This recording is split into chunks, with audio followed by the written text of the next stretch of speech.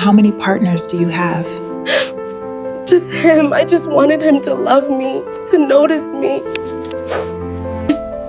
I gave him everything. I changed who I was. I threw away my dignity, my values, my dreams. What? For a boy who never even loved me. I gave him everything and he left me with this.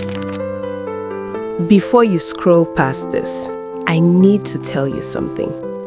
Some people lose money because of love. Some people lose friendships because of love. But my best friend, Ifeoma, lost her entire future. And the worst part? She thought she was doing it for someone who loved her. If you've ever changed yourself to make someone love you, if you've ever ignored red flags because you are afraid of being alone, if you've ever given your body hoping it would make them stay, stop right now. Comment, "I've been there," because this story is for you. This is about my childhood friend Ifeoma and how she threw away everything valuable about herself, chasing someone who never wanted her. By the time she realized her worth, she was already living with consequences that would last the rest of her life. My name is Adana, and I watched my best friend destroy herself for love that was never real. Stay with me, because what happened to Ifeoma could happen to anyone. Ifeoma was the most beautiful girl in Umuahia village. Natural beauty, intelligence, kindness. She had everything, but she never saw it. We grew up together, same street, same school, best friends since primary school, and I watched her throw it all away. It started when we turned 16. That age when girls start noticing boys and boys start noticing girls. But Ifeoma took it to another level. She became obsessed with being desired, with being chosen, with having a boyfriend. Not just any boyfriend, the hottest one, the one other girls wanted. His name was Obina, 22 years old, handsome, drove a car in our small village. That was wealth. Had money from God knows where, smooth talker. Every girl wanted him. So when he started showing interest in Ifeoma, she lost her mind with excitement. "Ada, he likes me," she squealed. "Obina, can you believe it?" I saw the red flags immediately. Obina was known for using girls, known for having multiple girlfriends at once, known for making promises he never kept. I warned her, "Ify, this boy is not serious. Please be careful." She waved me off. "You are just jealous. You just don't want me to be happy." Comment, red flags, if you've ever ignored warnings because you wanted something so badly. Because Ifeoma ignored every single warning sign. Within a month, everything changed. She started dressing differently, tight clothes, short skirts, heavy makeup, not because she liked it, but because Obina said he preferred girls who dressed modern. She stopped coming to church. Obina said church was for old-fashioned people. She started sneaking out at night, lying to her parents, all to spend time with him. I watched my friend become someone I didn't recognize. "Ify, you don't have to change yourself for him," I pleaded one day. "If he really likes you, he'll accept you as you are." She looked at me with pity. "Ada, you don't understand. This is what it takes to keep a man. You have to give him what he wants or he'll find someone else." "What about what you want?" She paused, then said quietly, "I want him to love me. That's all I want." 3 months into the relationship, Obina started pressuring her for sex. "If you really love me, you will prove it," he told her. Ifeoma came to me in tears. "I'm not ready, Ada, but I'm scared. What if he leaves me? What if he finds another girl who will?" I held her hands. "Ify, if he loves you, he'll wait. Your body is not a bargaining chip. You don't owe him anything." But the pressure got worse. Obina started mentioning other girls. Sandra said she would. Chioma doesn't have a problem with it. Are you still a baby? The fear of losing him became stronger than her self-respect. She gave in.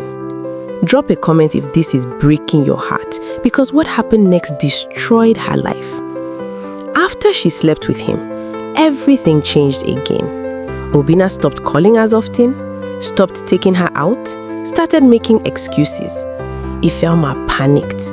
She thought giving him sex would make him love her more. Instead, it made him respect her less. Maybe I'm not doing it right. Maybe if I do more.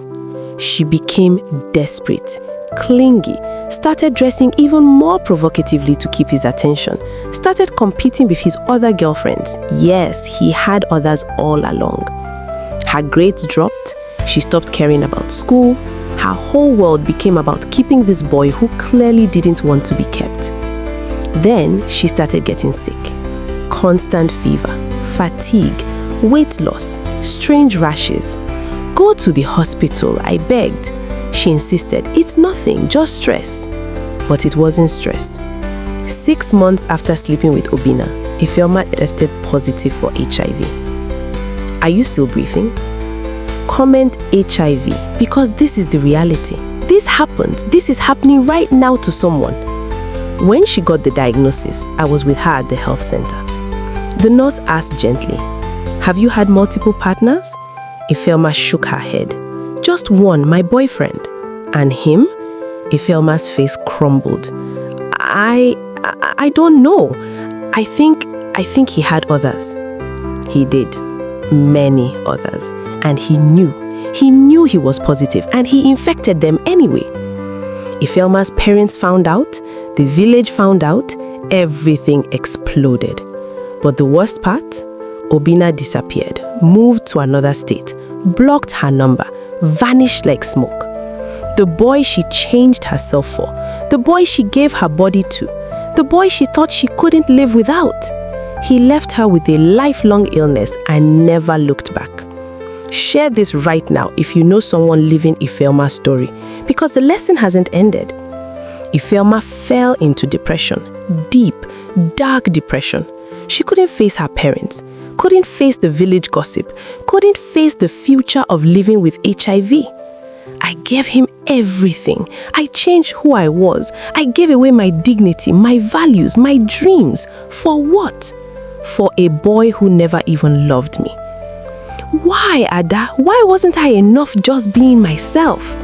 I had no answer, because the truth was, she was always enough. She just never believed it. 3 months after her diagnosis, Ifeoma discovered something else. She was pregnant. Pregnant and HIV positive at 19 years old. The father? Gone. Unreachable, living his life somewhere else while hers fell apart. I sat with her in that same health center, holding her hand while the doctor explained the risks, explained the medication she would need to take to prevent transmission to the baby, explained the lifetime of treatment ahead. She looked at me with empty eyes. I just wanted to be loved. Comment now, was it worth it? Would you throw away yourself for someone who clearly doesn't value you? Today, Ifeoma is 22. She has a 3-year-old son. She takes antiretroviral medication every day for the rest of her life. She never finished school. She works as a maid in the city, lives in a small room, sends what little money she has to her son who lives with her mother. The boy she destroyed herself for? Someone told me he's married now to a different girl, living well, never faced any consequences. And Ifeoma, she's living with consequences that will never end. But here's what changed. 2 years ago, Ifeoma called me. Her voice was different, stronger. Ada, I need to tell young girls something. I need them to know what I learned too late. And this is what she said. I spent my whole life trying to make a boy see my worth. I changed everything about myself. I gave away my body, my dignity, my future, trying to make him love me. And you know what I realized? He was never the problem. I was. I didn't love myself. I didn't value myself. So why would he? I treated myself like I was worthless, so he treated me that way. I was so afraid of being alone that I accepted disrespect. I was so desperate for love that I accepted lies. I was so scared of losing him that I lost myself instead. And now I live every day with the consequences. But if I could go back and talk to 16-year-old Ifeoma, I would grab her by the shoulders and scream, "You are enough, just as you are, without changing, without proving, without giving your body to someone who doesn't deserve your heart. Your worth is not determined by who wants you. It's not measured by how many boys chase you. It's not proven by how much you are willing to sacrifice for someone else's attention.